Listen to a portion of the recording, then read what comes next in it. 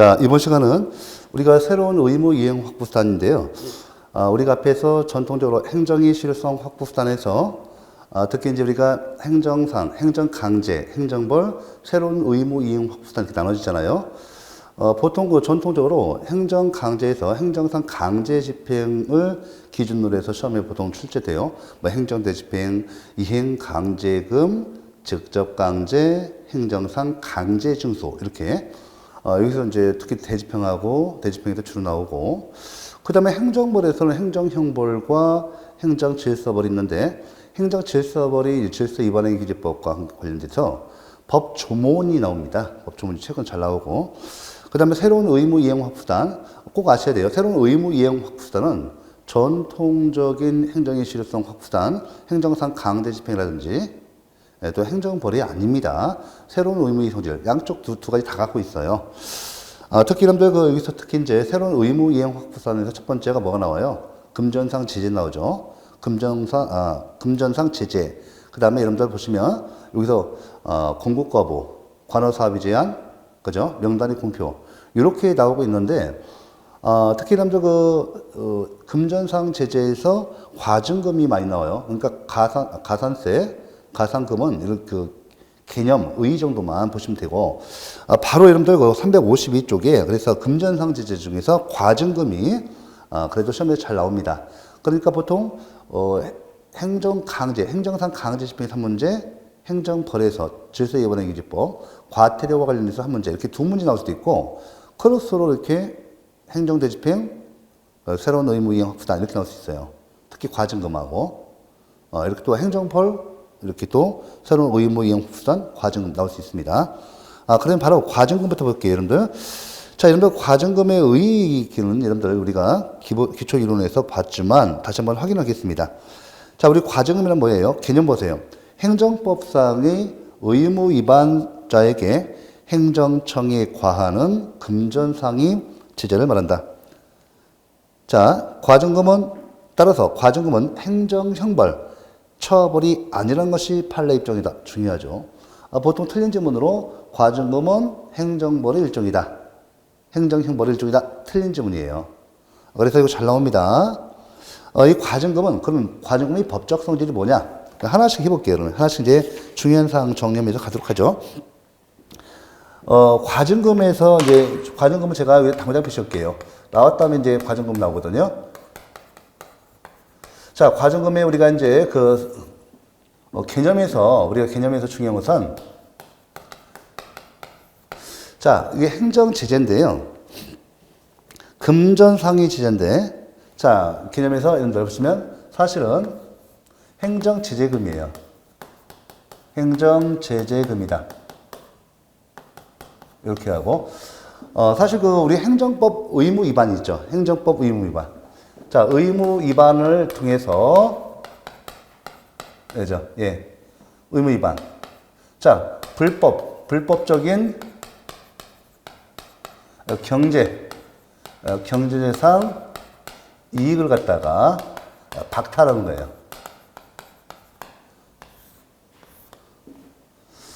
불법적인 경제상 이익을 박탈하는 제도입니다. 이렇게 해놓고, 하고, 그러면 여러분들 보시면, 그죠? 중요한 것은, 자, 이게 우리 과징금은 행정벌의 일종이다, 아니다. 행정벌의 일종이 아닙니다. 이 일종이 아니다. 중요합니다. 행정벌 일종이 아니다. 잘 나오죠? 불법적인 경제상 또는 경제적인 이익을 박탈한 제재예요. 그래서 행정제재금이 성격을 갖죠. 이렇게. 이거 중요하고. 그 다음에 성질. 그러면 과징금은 행정벌 일종이 아니다. 그럼 그 성질이 뭐냐? 라고 하면 이거는 뭐예요? 그렇죠. 성질. 중요합니다. 이 성질은 바로 행정행위입니다. 중요해요. 행정행위다. 즉, 처분이라는 것이죠. 이게 바로 급부합명이에요. 급부합명이죠. 예, 행정행위다. 중요합니다. 그죠? 그래서 이에 대해서, 과징금에 대해서 우리가 불복할 때, 자, 과징금에 대해서 불복할 때 행정쟁송, 그죠? 행정쟁송을 통해서 다투어야 돼요. 자, 그러면 그 다음에 성질 봤고요. 제가 봐봤어요. 행정과의 구별 꼭 해놓으셔야 돼요. 이렇게 해놓으시고. 자, 우리 디귿번 연역 봐보세요. 자, 우리나라에서 과징금 제도가 독점 규제 및 공정거래에 관한 법률에서 처음 도입되어 있습니다. 꼭 아셔야 돼요. 그래서 우리가 이제 여기서, 연역 보시면, 연역에서 중요한 것이 이제 이거죠. 연역에서 중요한 것은, 자, 맨 처음, 자, 우리 맨 처음 도입한 것이에요. 맨 처음 도입된 거. 도입. 그렇죠. 맨 처음 도입된 것은, 여기 독점, 우리 보시면 여기, 독점 규제 및 공정거래에 관한 법률. 독점법 볼게요. 일명 독점법. 이렇게 여기 있습니다. 이건 가장 기본적으로 나오는 사항이고요. 자, 이때 보시면 이제 그 유형을 보시죠. 유형을 배웁니다. 자, 유형을 보는데, 그 다음에 유형이 나오죠. 중요한 사항 빨리 정리할게요. 자, 여러분들, 맨 처음 이거 도입됐던 독점법. 독점 규제 및 공정거래에 관한 법률에서 처음 도입됐는데, 이것이 이제 전형적 과징금이에요. 전형적 과징금. 본래 의무의 과징금, 요겁니다. 요겁니다. 전형적 과징금 돼 있고요. 요 내용이죠. 요 내용. 행정취지금. 행정법상 의무 위반을 통해서 불법적인 이익을 얻는 거죠. 이걸 박탈하는 거예요. 이게 문제 되는 거죠. 우리가 경제사범들이 문제 되는데, 어떤 행정법 의무 위반에서 뭐 행정벌, 벌금을 문다. 그죠? 과태료를 문다. 얼마 안 돼요. 그런데 이런 행정법 의무 위반을 통해서 막대한 몇십억, 몇백억. 우리 예전에 그 이동통신사에서 불법 보조금이 있었죠. 불법 보조금, 한 번 위반해요. 2만 명 땡기면 보통 2년 약정하니까 몇백억 들어옵니다. 몇백억 들어와요. 그러면 당연히 만약에 이것을 벌금이라든지 과태료로 기울여버리면 답이 없죠. 누구나 다 해버립니다. 그래서 우리가 이제 경제사범에 대응하기 위해서 온 건데, 여러분 이통사에서 불법 보조금 줘가지고 2만 명 땡겼어요. KT 땡기고 SKT. 자, 몇백억, 500억, 400억, 500억 물리죠?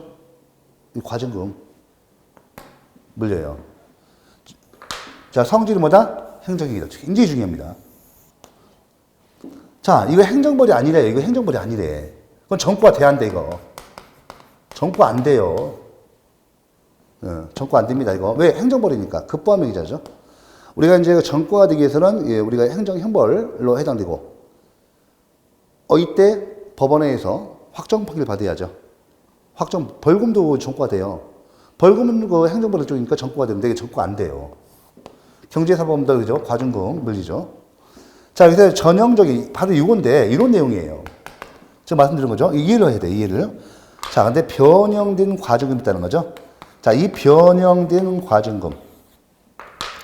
자, 이거 있는데, 이게 이제 여객자동차 운수사법에 규정되어 있습니다. 여객자동차 운수사법, 과징금이 있어요. 그죠? 여기서 이제 이 법조문도 알아두셔야 돼요. 왜냐면, 요 법조문이 나왔거든요. 운수사법. 자, 이게 뭐냐면, 변형된 과징금은 이 여객자동차 운수사법에 규정되어 있는데, 요 내용은 뭐냐면, 보세요. 자, 우리 행정법 의무 위반이 있어요. 행정법 의무 위반이 있어요. 행정법 의무 위반이 있습니다. 그럼 이에 대해서 영업허가 철회. 영업허가 뭐 철회라든지 영업 정지. 원래 영업 정지, 영업허가 철회라든지 영업 정지 시켜야 돼요. 자, 그런데 자, 우리 여객자동차 봐보세요. 제가 배차 간격이 이외에죠. 10분마다, 20분마다 있는 건데, 이 배차 간격을 한번 위반했어요. 한번 딱 안 들었어요. 그 시간대가 보통 손님이 없는 때예요. 예, 손님이 없을 때예요. 이용자가 없을 때예요. 그럼 한번 딱 안 들어요. 그럼 기름값 2만 원, 3만 원 아끼죠. 5만 원 아낍니다. 한번 돌고 오면 5만 원 들어요. 그러니까 그 시간대에 예를 들면 배차 간격을 위반했어요. 제가 봤는데 20분 뒤도 안 오고 40분 뒤도 안 와요. 저 화나죠. 그죠? 이때 신고 들어가요. 그럼 그 일대에 신고 다 들어갑니다. 그럼 바로 즉시 해당 공무원들이, 관계 공무원들이 나와서 현장 실사를 해요. 하고 나서 가서 뭘 해요? 자, 배차 간격 위반했으니까 원래는 이거 영업허가 철회라든지 영업 정지를 한단 말이에요. 그런데 자, 이런 공익사업을 이런 거죠, 이게.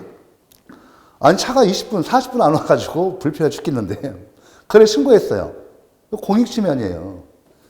그러니까 이런 공익 침해를 이용해서 이 행정 제재를 간다는 것이 오히려 더 큰 공익을 침해한단 말이에요. 그래서 자, 이 사람들 보죠. 왜 배차 간격을 위반했겠어요? 기름값 아끼려는 거 아니에요. 어? 그래서 이때 영업허가 철회라든지 영업정지 대신에 그죠? 가름하여 뭘 한다? 과징금을 물리는 거야. 그죠? 예. 여러분들, 이 여객정차운수사법은 강행법규예요. 그래서 여러분들, 저도 지금 뭐 출장할 때 뭐 강릉도 가고 막 전국적으로 막 광주, 부산도 가고 그래요. 근데 제가 이제 일이 늦게 끝나서 할 때 그 막차 타고 옵니다. 여러분들, 제가 이제 강릉 보통 이제 오는데 막차가 거기 11시 20분, 응? 11시 20분 차가 있어요. 11시 반 차가 있어요. 그때 어떻습니까? 그 차는 반드시 차가 옵니다. 제가 혼자 타고 온 적이 있어요. 좀 기면적 들어가요? 근데 차가 왜 갑니까? 손님이 있든 없든 가야 돼, 그 시간은. 아시겠죠? 네, 무조건 떠납니다. 제가 종종, 예, 제가 강원도 많이 놀러 가는데, 또 우리가 출장 많이 갑니다. 그것 때문에 그쪽에서 이제 막차 타고 올라와요. 그러면 혼자 자면서 오죠. 대자롭게. 아무도 시비를 안 거네요. 아무도 없으니까요. 네, 운전사도 좋죠. 제가 혼자 있으니까 적적한데. 네. 이렇게 해서, 이런 제도에서, 여기 여객자동차운수사법 353쪽에 여러분들 보시면요. 여기 그 마지막에 5천만 원 이하의 과징금을 부과 증서했다 해서, 과징금을 이렇게 돼 있죠? 네. 이 내용 같이 볼게요. 자, 여러분들 353쪽 그 여객자동차운수사법 제88조 과징금 처분. 자, 교통부 장관 또는 시도지사는 여객자동차 운수사업자가 49조 6 제1항 또는 제85조 제1항 각호의 어느 하나에 해당하여 사업정지 처분을 하는 경우에 그 사업정지 처분이 그 여객자동차 운수사업을 이용하는 사람들에게 심한 불편을 주거나 공익을 해야 할 우려가 있는 때는 그 사업정지 처분에 관하여 5천만 원 이하의 과징금을 부과할 수 있다. 자, 여러분들, 우리 요거 좀 하나, 예예요. 이거 말고도 좀 과징금 많습니다. 여기서 과징금이 답이었어요. 이렇게. 찾기. 요거 나오고.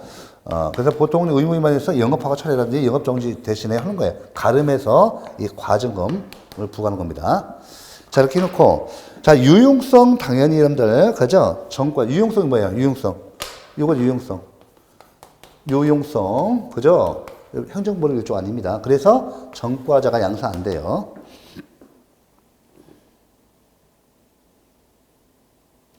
자, 법적 근거 보세요. 이 법적 근거가 또 좀 잘 나와요. 법적 근거가 잘 나오는데 이때 중요합니다. 법적 근거가 잘 나옵니다. 여러분들, 우리 과징금을 기르는 일반법이 있어 없어요? 일반법 여러분들 있어요 없어요? 일반법 없습니다. 없어요. 이거 없어요. 자, 그러면 이때 틀린 지문이 뭐예요? 자, 이때 국세징수 일반법 있어요 없어요? 각 개별법만 있어요. 각 개별법에 규정이 있을 때만, 그죠? 있을 때만 과징금 부과할 수 있는데, 자, 일반법이 없으니까 국세징수법은 과징금의 일반법이다. 맞을 틀려요. 국세징수법에서 과징금을 갖다 기록하고 있지 않습니다. 국세기본법도 마찬가지예요. 이 두 가지가 뭐 과징금의 일반법이다 하면 틀린 거예요. 뭐 딱 시험 다 정해져 있어요. 좀 칠판 정리하는 것은 다 시험에서 자주 출제해 드리는 겁니다. 부가와 증소. 그렇죠. 여러분들, 부가와 증소 가보세요. 이게. 자, 과징금 누가 부과한다고요? 제가 분명히 행정이라고 했습니다. 과징금 누가 부과해요? 부가 누가 해요? 행정청이죠. 당연히 행정청이죠. 맞습니다. 그래서 처분성 인용되는 거예요. 이 불복은 그래서 행정쟁송에 의합니다. 됐죠? 자, 그 다음에 양가로 5번에 부과금이 있는데, 이 부과금은요, 여기에 지금 대동소이예요. 과징금과 부과금은 대동소이한데, 요거 한 가지만 차이가 있어요. 뭐가 차이가 있는가 하면, 과징금은 국고에 기속됩니다. 하지만 과징금은 당의 사업 목적에 하에 이게 기속돼요. 당의 사업에 이게 기속됩니다. 차이가 그거밖에 없어요. 그래서 현재 우리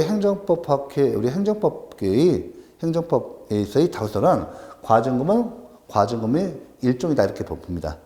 보고 또 얘에 대해 반대하는 학설은 서로 기속 주체가 다르기 때문에 이때 서로 달리 봐야 한다고 보는 소수설이 있습니다. 받으시고. 자, 부당이득세 받으시고. 자, 이렇게 해서 과징금을 정리했습니다. 이번에는 공급 거부 관어사비 제한 명단의 공표 쭉 보셔야 돼요. 자, 이거 가끔씩 나와요. 꼭 나옵니다. 그래서 공급 거부. 자, 우리 일단은 이제 이번에는 공급 거부를 봐볼까요? 자, 이것도 공급 거부는 일단 별표 2개 하겠습니다. 그 당구장 표시는 별표 3개고요. 공급 거부를 보도록 하죠. 자, 공급 거부인데, 자, 여러분들, 그 의의를 다 아시죠? 의의는 다 보셨으니까요. 보는데.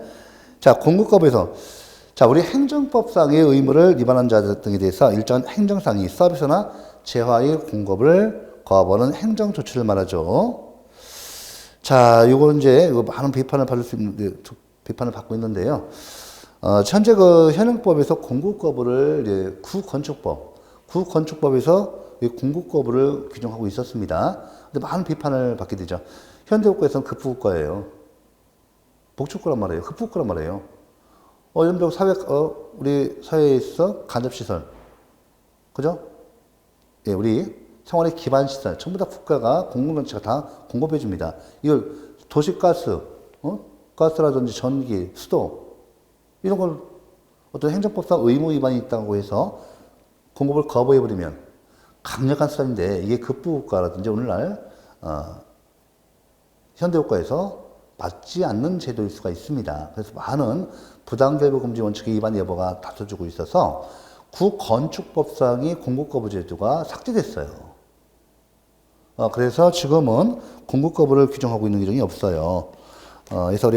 그래서 그 내용이 좀 나옵니다. 그래서 오늘날 급부국가에서는 이렇게 우리 행정에 의해서 공급되는 각종의 영문화 재화는 생활의 필수적 요소죠. 전기가스 이걸 수도를 갖다가 공급 거부를 해버리면 살 수가 없어요. 예. 자, 그래서 법적 근거 봐보세요. 우리가 이제 의에서 일단은 그 의의를 다 개념 보시니까 뭐 근거 보세요. 근거를 보시면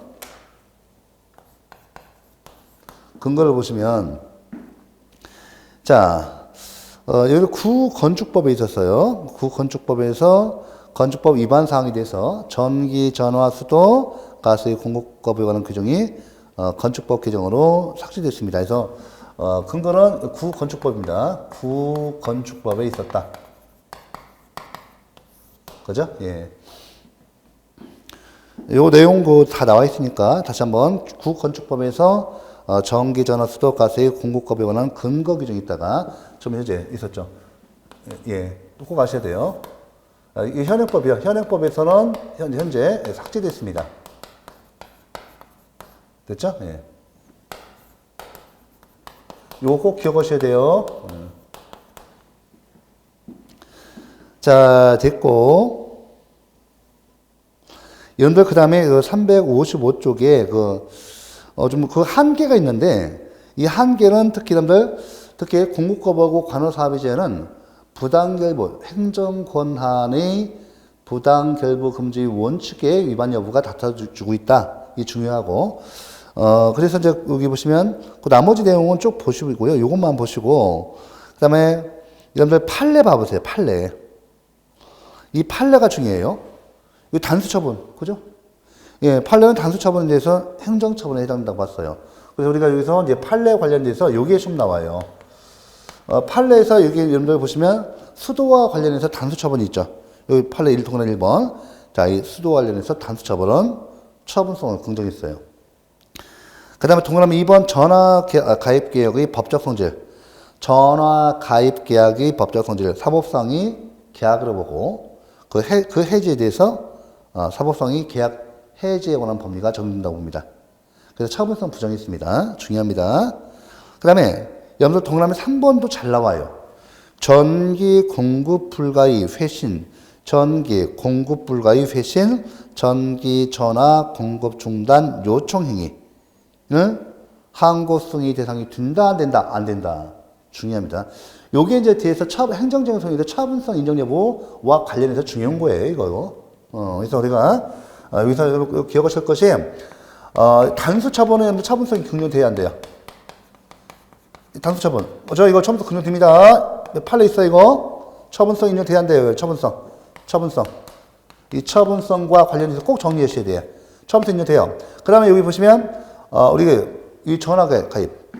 보시면 여기 전화 가입 계약. 전화 가입 계약. 요거죠? 이 판례가 이거 뭐라고 했어요? 이거 아니라겠죠? 이거 사법상 계약으로 봤어요. 사법상 계약으로 봤습니다.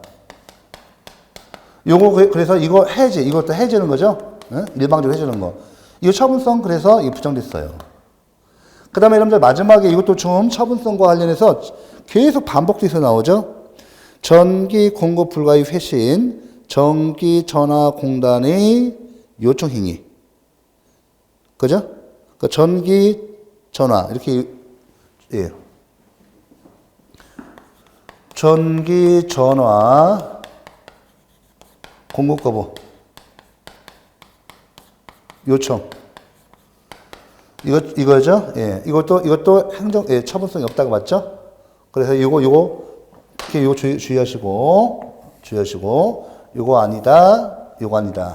꼭 해놓으셔야 합니다. 됐고. 그 다음에 이제 그 관어사비 제한이 나오네요. 예, 관어사비 제한, 명단의 공표, 이것만 보시면 되겠습니다. 자, 우리 관어사비 제한을 볼 것 같으면, 여기 보시면 이제, 여기 특히 이제 유형 보시면, 유형 봐보세요. 관련된 관어사비 제한이 있고, 일반적인 관어사비 제한이 있어요. 자, 여러분들, 여기서 보시면, 여기 의 개념을 잠깐 봐볼게요. 관어사비 제한이란 행정법상의 의무를 위반하거나 불이행한 자에 대해서 허가나 인가 등을 거부하거나 이미 부여된 허가 등을 취소 또는 정지함으로써 간접적으로 의무 이행을 확보하는 수단이다.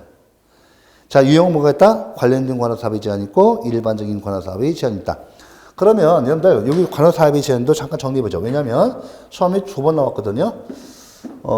물론 요거와 관련해서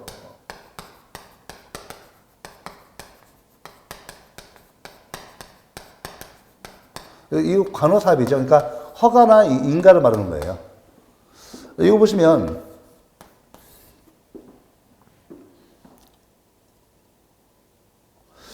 자, 여러분들 그 두 가지가 여기 보시면 유형이 있어요. 여기 보시면 관련 사업이 제한과 무관련 사업이 제한이 있어요.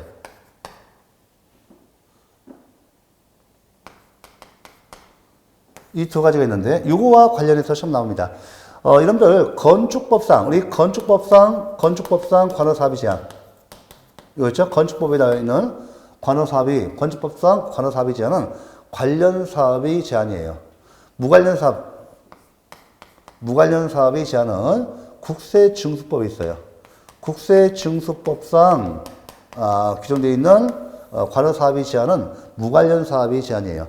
그래서 시험은 어떻게 2번 나왔는가 하면 이때요, 여러분들 여기에서 자, 이 관어사업의 제한과 공급거부와 관어사업의 제한과 관련된 행정법의 일반 원칙은 이렇게 해서 부당결부금지 원칙 위반 여부가 다투지고 있죠. 이따 보시면 여기에서 보시면 그래서 공급거부도 삭제해온 거예요. 삭제한 거고 관어사업의 제한에서 관련 사업의 제한은 문제가 없죠. 이건 부당결부금지 원칙. 자, 부당결부금지 원칙 위반 여부입니다. 여부가 다툼 있는 거. 다툼 있는 건 뭐야겠어요? 예. 이때. 건축법상의 관어사업의 제한은 아닙니다. 아니고 뭐예요? 바로 국세증수법상의 관어사업의 제한이 바로 그렇죠. 부당결부금지 관어사업의 제한과 관련해서 부당결부금지 원칙의 위반 여부가 다퉈지는 거예요. 예를 들면 국세행정 영역이죠. 국세행정 영역에서 가변한 사람이 세금을 납부하지 않았단 말이에요. 그죠? 그랬더니 국세행정 내용, 실질과는 전혀 관련이 없는 다른 행정 영역상 인허가 사업 있죠. 인허가 사업을 갖다 정지, 철회를 요청해서 관철시키는 거죠. 내용적인 관련성이 있어요, 없어요? 내용적 관련성, 실질적 관련성이 없어요. 그래서 부당결부금지 원칙의 위반이 다퉈지고 있고, 건축법상, 우리 건축법이죠. 이 건축물이에요. 이 건축물, 이 건축물은 건축법이 적용됩니다. 자, 건축법상 의무 위반 사항이 있어요. 건축법상 의무 위반 사항이 있어요. 맞죠? 건축 행정 영역 내에서 어떤 의무 위반 내용이 있어요. 자, 그런데요. 그러면 이 건축 행정 영역에서 이 건축물을 이용한 인허가 사업이 있죠? 인허가 사업을 갖다가 정지, 철회를 갖다가 요청할 수 있단 말이에요. 이런 건 내용적 관련성이 있어요, 없어요? 있죠. 그래서 내용적 관련성이 이건 있어서, 그죠? 있어서, 이것은 부당결부금지 원칙이 위반되지 않죠. 이 부당결부금지 원칙의 위반 여부가, 부당결부금지 원칙은 내용적 관련성, 내용적 또는 실질적 관련성이 없는 것에 연관시키지 말라는 거죠. 관련시키지 마라. 내용적, 실질적 관련성이 없는 거, 이거 관련성이죠. 내용적, 실질적 관련성이 없는 거에 대해서 이렇게 행정조치로만 안 된다. 반대급부를 요구하면 안 된다는 뜻이죠. 그래서 이건 요거만 정리하시면 돼요. 자, 그 다음에 이어서 명단의 공표, 이것도 여러분들, 그럼 여기 보시면, 여기 보시면, 명단의 공표, 요걸까지 보셔야 돼요. 예전에는 좀 많이 나오다가 지금 안 나와요. 한참 많이 나오다가. 자, 명단의 공표, 사실 그 실효성이 좀 의문이 있어요. 상대방에게 막 망신을 줘가지고 수치심을 이렇게 해가지고 이렇게 뭔다는데, 얼굴 두꺼운 사람 많아요, 요즘에는. 오늘날. 그죠? 뭐, 수십억, 수백억 이렇게 좀 호의호식 하면서 자기들 당연히 나쁜, 국가사회 공동체를 갖다 유지하기 위한 그런 비용을 마련하는 거예요. 재정을 마련하는 건데, 않죠.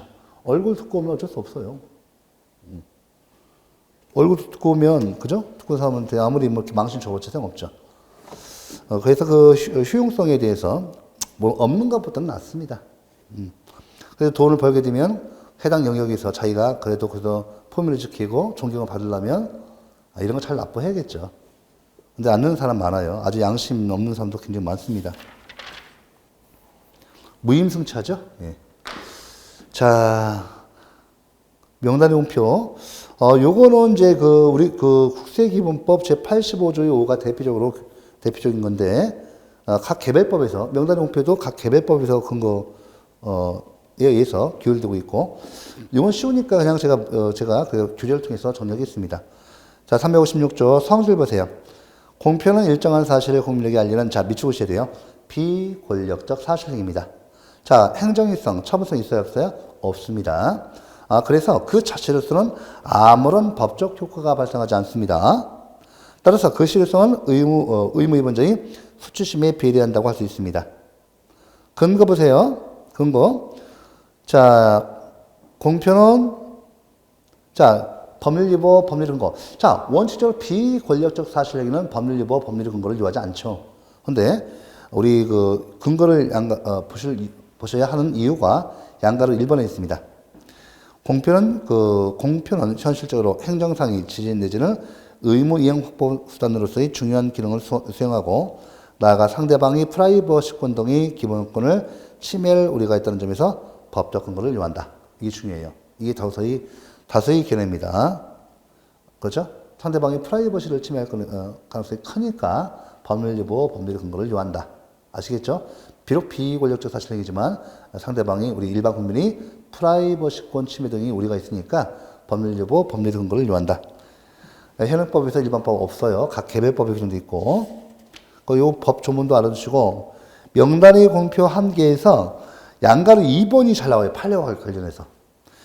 헌법재판소는 성범죄자의 신상 공개는 헌법에 위반되지 않는다고 보았다. 별표시게. 이거 종종 나옵니다. 이 판례. 중요합니다. 자, 공표와 권리구제에서 여러분들 국가배상 청구성 별표 3개입니다. 왜냐하면 여러분들 공무원의 직무상 불법행위죠. 공무원의 직무상 불법행위에서 직무상 행위에 권력적 사실행위든 비권력적 사실행위든 다 포함돼요. 명단의 공표가 전혀 그죠? 뭐 갑이라는 사람이 그 해당 사항이 있는데 전혀 무관한 무를 상대로 해서 공표를 해가지고 망신 줘가지고 그 사람이 사회적 신용을 떨어뜨린다. 불법행위예요. 손해배상 해줘야 돼요. 국가배상 청구성 가능하죠. 자, 그 다음에 여러분들 다만 취소송 돼야 한대요. 예, 비권력적 사실행위에서 취소 안 됩니다. 이렇게 해놓으시고 됐죠? 취소 안 됩니다. 그래서 명단의 공표까지 일단은 내용을 봤는데 여러분들 요거까지 해서 사실상 이제 행정의 실성 확보단 제4편까지 끝났습니다. 이제 5편 하나 남았는데 5편서 특히 이제 그 다음 시간부터 5편 나갑니다. 5편 남았는데 5편에서는 행정상 손해배상 무조건 한 문제 나와요. 손실보상에서도 뭐 그동안 많이 꼭 한 문제 나왔지만 지금은 안 나와요. 잘 안 나오는데 언제든 나올 수 있습니다. 전통적으로 행정상 손해배상 한 문제, 손실보상 한 문제, 그 다음에 행정심판 한 문제, 법조문 또는 법조문 관련돼서 특히 재결의 효력과 관련돼서 잘 나와요. 그 다음에 행정소송이죠. 세 문제죠. 행정소송에서 자, 늘 나오는 거. 처분성 인정여부 판례하고 원고적격 인정여부 판례. 요거는 처분성 인정여부 판례는 행정행위와 관련된 거예요. 원고적격 인정여부 관련된 것은 제1편에서 배우신 개인적 공권 있죠? 요거와 관련돼서 나옵니다. 겹치는 부분이에요. 네, 그래서 앞으로 뺄 수도 있고 뒤로 뺄 수도 있어요. 사실 뒤로 빼는 게 맞습니다. 그래서 행정소송에서 이 두 문제 기본적으로 나오고 그 다음에 판결의 효력과 관련돼서 많이 나와요. 그래서 행정소송에서 순수하게 세 문제, 네 문제 정도 나올 수 있습니다. 자, 이번 시간에 여기까지 정리하고 바로 여러분들 다음 시간에는 바로 행정구제법, 행정상 손해배상부터 들어가도록 하겠습니다. 예, 수고하셨습니다.